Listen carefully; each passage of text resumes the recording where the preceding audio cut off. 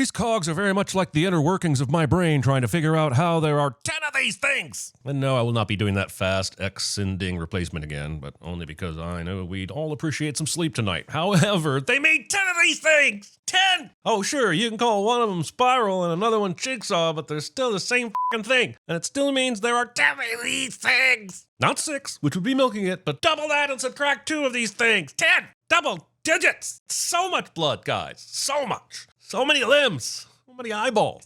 No one ever tells John he has a deviated septum. Today is a gift. That's why they call it the present. Actually, present is derived from the Latin word praesentum, which loosely translates to, why do you believe anything I say when all I do is watch movies for a living? How much time do I have? A year? Months. I'm afraid you're looking at 20 years minimum, with a surprising 18 of those years taking place after your death. I still have a lot of work that needs to be done. This movie being set between Saw 1 and 2 means the franchise has pivoted from John set all this into motion before he died with godlike prescience to now it's a copycat and has finally landed in, well, I suppose there was that summer in 2004 that's unaccounted for. Maybe you shouldn't have killed him off in the first place. John, once again, bumping into shitty people like he's a fucking bad karma magnet. Also, the man who sees a hand in traction and immediately comes up with a whole torture scenario and plays it out in his mind, never stops to think, maybe that was an intrusive thought. All you have to do is click the dial across the 5 positions, and you will live to see another day. This guy should probably have guessed the device would break his fingers, but still, John could have been more clear about the rules of the game. And as such, the movie will be sinned according to the rules of my game. Congrats, your hand has been upgraded. Oh, come on, you wimp. You're already 3 fingers deep. How hard would it be to finish off the other 2? Whoa, sudden college flashback. Good choice. So it's not really clear if that was entirely Phantasaw or if the custodian did play this game at some point in time. However, John's reaction makes it seem like he let this guy off the hook, metaphorically and possibly literally. But the villain didn't put the patient's stuff back because of his conscience. He only does it because Kramer caught him in the act. He's not redeemed in my eyes. I mean, Jigsaw's eyes. But also mine. Hello, Mr. Lawyer. You charge the dying thousands of dollars to fulfill the bureaucratic desires of a callous world. But despite your riches, your carelessness for life has led you to disregarding the sanctity of the letter E in convenient. This will not stand. Now you must show respect to the verbiage you so willfully discarded by cutting out your bowel. Sorry, I've had to record 14 of these things today, and that's the only organ that rhymes with vowel. Live or die, you decide. I haven't seen them since my treatment in Norway.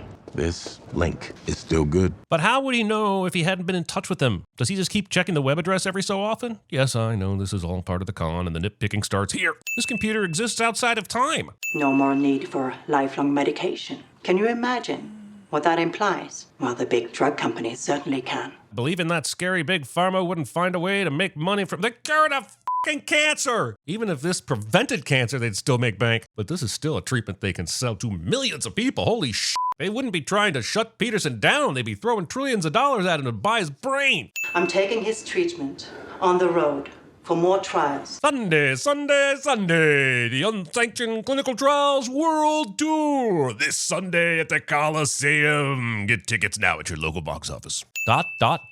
Come on, John. You can build elaborate death machines, but you can't finish a fucking sentence. Could you tell me a little more about the treatment? It's a 2-pronged treatment. When both are used together, the results have been stunning. Over a 90% success rate. Let's take a quick detour into the scene from Saw 6. This is a doctor in Norway. He's got a 30 to 40% success rate. I'm no math magician, but I think 90% is considerably higher than the 30 to 40% John is presenting here. Also, back in Saw 6, John mentions a male doctor who claims John's perfect for the trial, but never once refers to Peterson's daughter, the only person he's actually been dealing with. But you know, I'm sure in Saw 6 he was talking about a totally different cancer trial that he found during the same period of time. That was also highly experimental from Norway. Dad, my friend, that's the all-elastic statue of Tlaloc. Movie has time for this educational tour of Mexico City. You're safe. Come with me. Just because the guys who are doing a Taken suddenly tell you that they are not doing a Taken doesn't mean you're not getting taken. That was quite a reception that I got on the way out here. I know. I'm sorry. But we've had to beef up the security wherever we go. The big drug companies are always one step behind. I know Cecilia is putting on a show to make this con look convincing, but what did that security measure actually solve? They held him at gunpoint, but all he had to say was, I'm not lying. My name is John Kramer. no code word, no ID. They were just like, okay, buddy, get in the van. You seem like you've got cancer. That's Carlos, our local football star. I'd give all the sins back if by the end of this we found out Carlos was not only the mastermind behind this cancer treatment scam, but that he was also the original Jigsaw who eventually travels back in time to become John Kramer. And you might say, but Jeremy, if he traveled back in time, how would John Kramer get fooled by a scam that he himself perpetrated? And I would say, I don't f***ing know. Write a sin about it. This used to be a chemical factory back in the day. John will, of course, end up home aloning this place with his patented trap, so I guess he's lucky they chose his big-ass chemical plant for this con and not a chocolate factory. Although I bet you can make that work, too. Look, I'm just saying, you've never seen John Kramer and Willy Wonka in the same room. You got a tumor the size of my knob. Assuming a stranger will be familiar enough with your knob for that to be a helpful comparison. Mutated natural killer cells. Your science sounds too much like an X-Men script written by Quentin Tarantino. I've been a civil engineer and an architect most of my life. And despite basing my entire design language on the accursed earth from Judge Dredd, they still gave me a degree and politely asked that I never build a home children might occupy or bring up the fact that it's Rob Schneider's most underrated performance ever again. Tequila for good luck. Believing the devil's seepage that some people call tequila has ever brought anyone good luck that isn't reinterpreted as great f***ing pain the next day. It's a local favorite. More like a local product placement. How do you say pull? I suppose you have to start somewhere, but pull seems like an oddly specific word to learn first. I mean, can you imagine if it actually came in handy later at a crucial point that John couldn't have predicted? Also, the first 25 minutes of this movie lays on the let's build empathy for John scene so thick that it can only be missing an adorable dog who also has cancer, and a limp, and asthma, and gets shot. I hate that I felt compelled to fact-check all the levels I can read here. I hate even more that the movie appears to have done the same research and everything checks out. F***ing overachiever. Drink 2 a day, 1 in the morning and 1 at night. Apparently it doesn't raise any kind of red flag with John that this miracle medicine is just something you can drink. It isn't an IV. It isn't concentrated into pill form. Just, here, drink this magic elixir and don't worry that it tastes exactly like water. The fear that this mysterious and distracting blinking red light will suddenly become relevant in Saw 30 Cowboys versus Steelers. Can you even claim to believe in the game if all it took was a new lease on life for you to give up the game? And wouldn't it have been actually interesting to see Kramer confront the shifting sands of his soul instead of immediately coming back longer, stronger, and harder just because he got scammed out of some money? Apparently sometime between Saw 1 and Saw 2 could also be interpreted as sometime after 2020, considering this Amazon app icon wasn't around before then. John remembers this radio tower from the clinic, and then eyeballs what I choose to believe is some impossible trig math so he can find his way back to it. But how many abandoned chemical plants can there possibly be around here? Why not just ask around instead of proving something to the audience that we already know? Fucking overachiever. Also earlier, Cecilia said, We're 2 blocks away from Mateo's hospital, in case you need a transfusion. so wouldn't John go there first and ask for Mateo? It's easier than doing fucking radio tower trigonometry and would have set John on the trail that this was all a hoax. John arrives to find the place has been trashed, but why? I guess to make it look like they've been broken into, but doesn't that mean leaving a lot of evidence and reusable gear behind? I mean, Peterson even said they were taking the treatment on the road, so would it really have looked all that strange if they packed everything up? Honestly though, I don't even care which scenario is true. I would just like to know that there is a scenario. Wait, they left their fucking fake brain surgery DVD behind? This is insane! Even if you're certain you've made it impossible to be found, which is impossible, why would you leave this behind? Why would you smash everything up but forget about the most incriminating thing in the room? Holy shit! They didn't just leave the DVD behind, they left it in the fucking DVD player with the fucking TV. Was somebody done with this con? Were they trying to get caught? God damn, there's more. They had the fucking case in the room when they were doing the fake surgery. It's right there on the table. John could have seen that shit so easily. They faked a convincing cancer cure but couldn't deal with a fucking DVD case? Did you know that when the Aztecs rolled their hearts of their victim down the stairs, people would take them home and display them like ornaments? It's like Diego's dialogue was written by an improv troupe that was given the prompt sculpture, biology, and Christmas. ¿A dónde vamos? Al infierno. Peterson decided the best way to keep any loose ends in check was to use an actual local cab driver in their actual cab so that they could be immediately tracked down if she ever left an incriminating DVD behind. Hello, Diego. Or should I call you Dr. Cortez? Oh, shit. They used a local cab driver as the f***ing fake neurosurgeon too? Why is she doubling up on roles? That's so risky. Also, I always thought these tapes were to provide some level of anonymity, or so that the traps can play out remotely. But since John isn't hiding himself here, it appears this tape is either redundant or he doesn't want to cheat Diego the full experience. You're gonna be okay. We're gonna have to skin graft so much flesh from your ass to rebuild your arms that you'll never want to sit in a cab again, but you'll be fine. This asshole who is about to assault Valentina doesn't end up in a game. Not in this movie anyway, and in the spirit of living for today, I will be adding a sin accordingly. Did they kill the dogs? Are we gonna get a John Wick crossover episode? Hello, John. Do you want to play a game? John, yeah, I'm thinking I do. Is pepper spraying outside of sanctioned gameplay not a penalty on the offense? Judging by the amount of money Cecilia's been making with this con, you'd think she'd have a few more security measures in place, like maybe pay someone to covertly follow her victims in the weeks after their treatment to make sure they don't accidentally stumble upon incriminating DVDs that she leaves behind. No, I'm not letting go of that I've got a gun. She does not. Wait, why doesn't she have a gun? This is my associate, Amanda. Here's Amanda! And the cost of this fan servicey reveal will be these flashbacks, which means we are now rewatching scenes that we just watched less than 10 minutes ago. John? It was you? Why? F***ing why? F***ing why? Why do you f***ing think? Mateo. I don't even know if that's your real name. It'll turn out that everyone involved in this con at some point used their own name. Even Henry f***ing Kessler back in America didn't make some shit up. That's f***ing madness. It's a Geely saw. I don't know about that. Based on the box office, I don't think anyone saw Geely. I thought you said there was a key. He was speaking metaphorically. Amanda would be excellent at nitpicking CinemaSins. You wouldn't. That's true. We won't. But Valentina might. Celebrating 20 years of Sawmantics.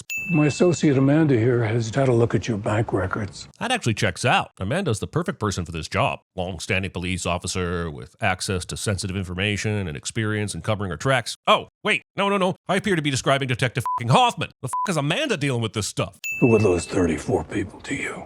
You've been doing this larcenous dance now for more than 8 years. 8 years, 34 deaths, and not a single bereaved family member of the con has uncovered this shit? This isn't a Ponzi scheme that you can trick yourself into believing will pay out. This is f***ing cancer. Like, you pay the money, you get the treatment, but you still have cancer and you die. People would immediately go to the police. She's using a real name. They have a f***ing website. This would be the easiest con to uncover. We know everything. That's hubris. This is not retribution. It's a reawakening. Really feels like there are a lot of third options that you are conveniently omitting. Also, pull this shit on corrupt people whose acts haven't directly hurt you and I can buy reawakening. But these people f*** you specifically, so this is at least a little bit vengeancey. There are more than 5 pounds of marrow in the human body. There's more than enough in your femur. Just suction it out. At no point do John and Amanda look at each other and admit that this one was ghoulish overkill. Refusing to play the game is not an option. If you refuse, you'll remain in this room forever.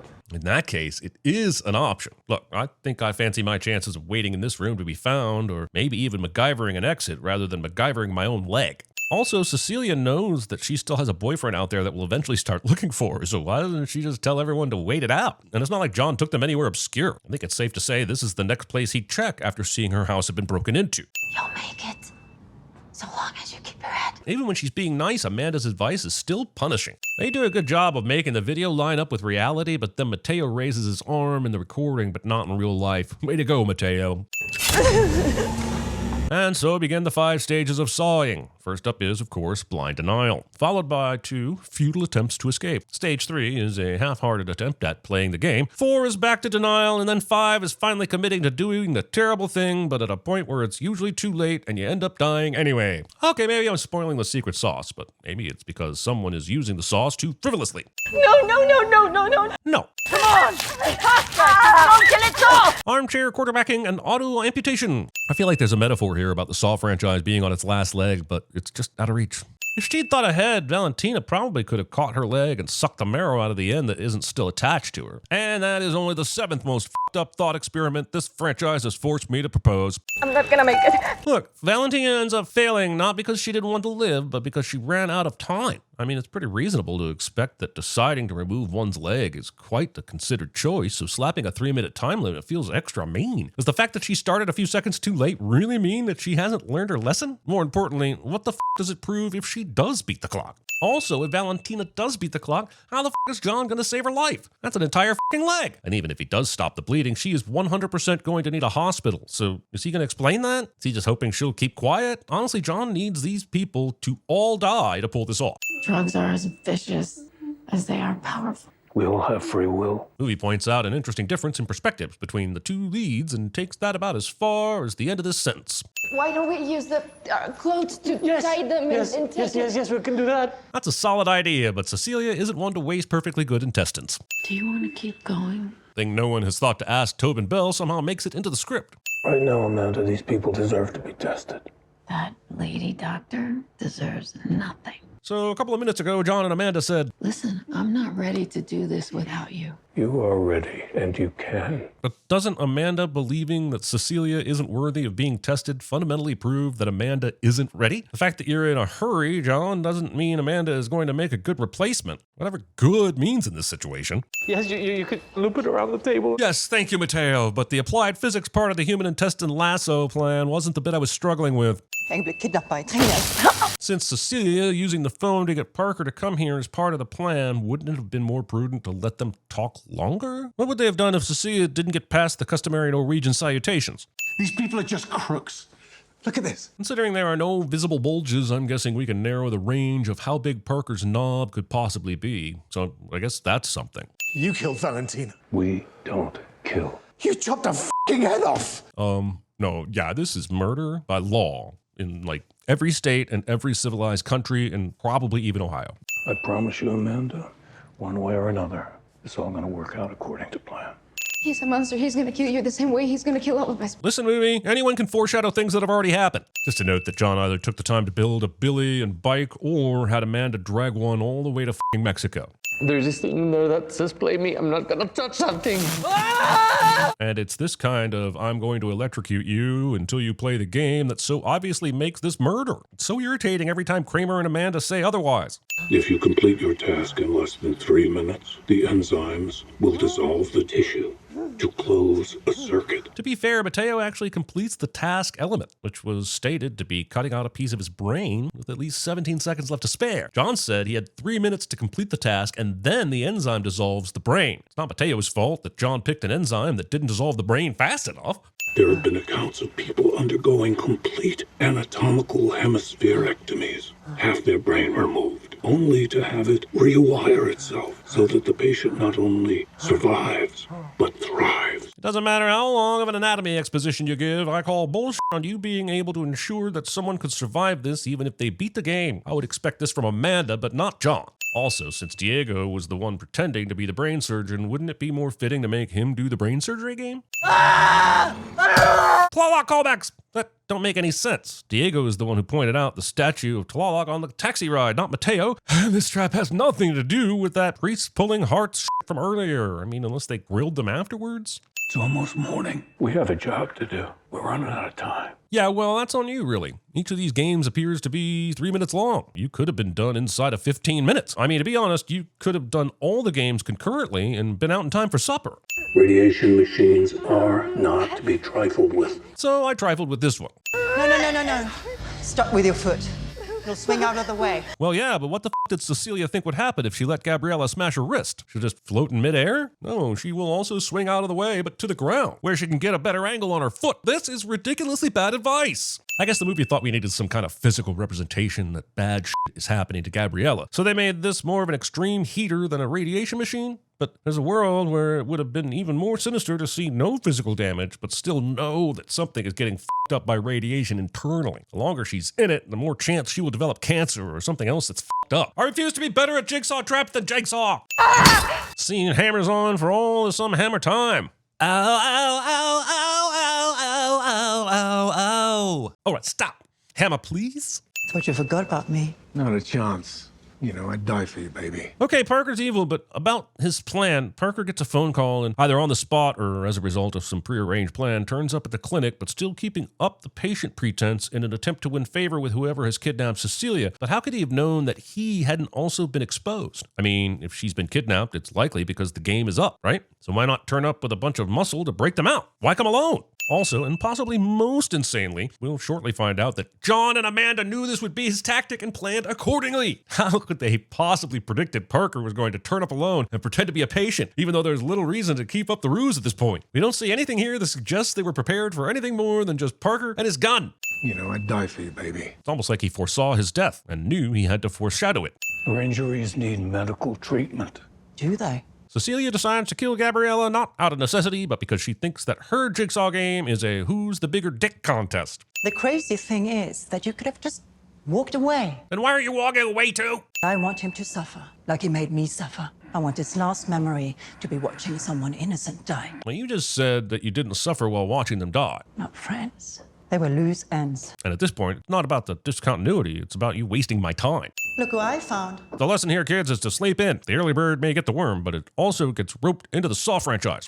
And a terrible, unforeseen consequence. When Kramer says things like this, it makes it sound like completely unpredictable shit. Like Gabriella getting killed by Cecilia wasn't unforeseen. And then the movie masturbates to the idea that John is so calculating that he knows the volumetric composition of his nocturnal emissions. And I'm just over here like, don't be gross, movie. So if you let him die, it's all on you. Why does Cecilia think John can control who lives and dies in this machine that she has never seen before? Electoral moral decency from you. Oh, please no. You've already dragged out this scene long enough. Carlos, no hala. Yep, that's the one bit of Spanish he knows, and it somehow comes in clutch. And this, by his own admission, was completely outside of anything he possibly planned for. Not waterboarding, huh? Bloodboarding. We can't show it, nor would we want to, but yeah, this movie's gonna make you watch a kid get waterboarded with blood. Too far is just one of those abstract concepts that only applies to other movies. Also, Kramer must have a blood guy, right? I mean, even with help, he would have time to set up all this stuff and collect this volume of blood. I mean, I don't know, but I would guess. Yeah, definitely a guess. Let's go get the money. We'll just leave Amanda here in case she needs to help John with some big you twist. Wouldn't want to spoil all that hard work and make our lives easier by killing her now. Once I heard your voice over that speaker, I knew I'd be fine. Premature Saw-ebration. There's the money. Yeah, this is a trap as well, because in the Saw-verse, everything is a trap. In fact, everything is trapped within a trap and wrapped in trapping paper. But if everything is a trap, doesn't that mean nothing is a trap? Well, guess what? This video is a trap, and that's why you've just noticed the timer has been counting down. Major look, the movement of the money bag stopping the all-you-can-eat blood buffet means that Kramer planned for the eventuality that he would be put in this torture machine. Now, if he planned an out for just this one game, then that is some prophetic level foresight that I'm calling all the bullshit. But if he has escape plans for all his BD Death M equipment, then that means the players have a second option of escape, I think. Or it means John is just always prepared to cut out part of his brain. And just maybe that logic explains pretty much everything about him, except why up to this point he hasn't said f it and cut the tumor out of his brain himself. 23 seconds after the game starts, the door finally closes, like it got caught up in watching the scene and forgot to deliver its line. Thank you, movie. I have no idea how John would have disarmed this gun had you not flashed back to this very, very important detail. Also, what if they'd attempted to fire the gun before now? Okay, maybe discovering it wouldn't have immediately exposed John and Amanda, but it certainly looks suspicious and probably would have convinced Cecilia and Parker to stop f***ing around and just kill them. You are a warrior, my boy. This movie is working so hard to make you empathize with John that I think it forgot that he's a villain as well. A complicated one, sure, but still a villain. Not exactly as we planned it, but close enough to be f***ing unbelievable. Here's the bottom line. There is so much that John could not have planned for through sheer genius alone, and they should be dinged individually. How could John have known Parker and Cecilia would bother to put him in the game? They don't need the gun or trap to kill them. What if they'd been regular human beings with no imagination and a healthy sense of let's get the f*** out of here? Even if he could be certain, why willingly put you and your partner through a literal waterboarding instead of just, oh, I don't know, coming up with another trap for Parker or putting him on the waterboarding trap when he turns up? Remember, they had him tied up and chose to let him go knowing he would pull this shit.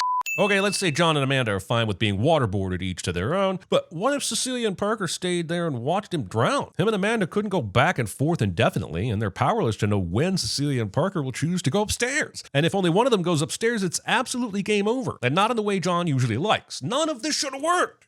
Cecilia Peterson. Why is the recording starting only now? Usually John gives the instructions and then the timer starts. This timer started as soon as they pulled the bag away, which means their time is ticking before they even had the rules of their game explained. You know she's eventually gonna kill you too, right? Movie can right off with this. They knew the whole time that Cecilia was going to kill Parker. It was a 50-50 chance and they just happened to guess right. Wait. The f***ing money was down here in a canvas bag the whole time? Not even hidden? What if Cecilia or Parker had found it? That kind of fucks the whole thing, right? Why even have the real money in the building at all? I'm fine with Cecilia surviving. It shows how committed John is to his philosophy. But I do take issue with the movie not acknowledging that her games involve the least amount of bodily harm. She just gets to go free to carry on scamming. Hell, there's nothing even stopping her from turning John in, right? I guess we'll find out in the sequel, which will be the 11th movie, or the 3rd.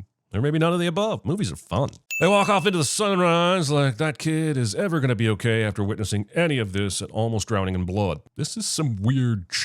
Where's your scar, Henry? Movie mistakenly thinks I cared enough about if Kessler saw justice to hang around for a mid-credits scene. I mean, I did this time, but only to make fun of it. Out of all the men to cheat, you picked John Kramer? I call that epic bad luck. Great point. I almost forgot about how f***ing insane that is. Also, kudos to the team that faithfully recreated the iconic bathroom locale from the first movie, but I'm calling bullshit that Zepp's head looks like this after this.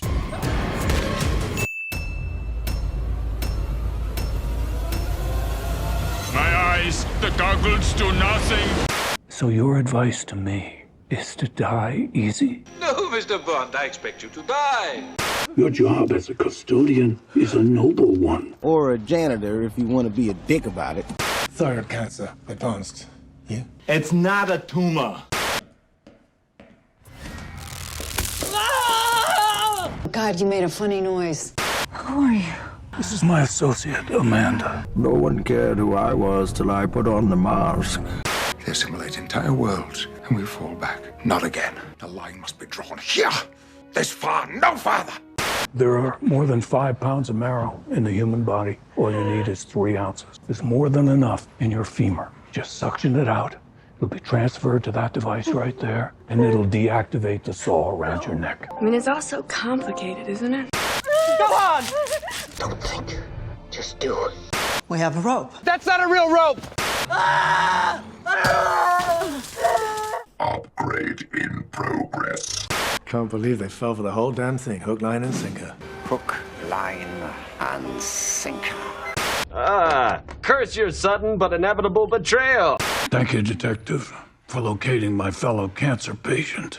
You know how long I've been waiting for this? Woo, I'm about to make a name for myself here.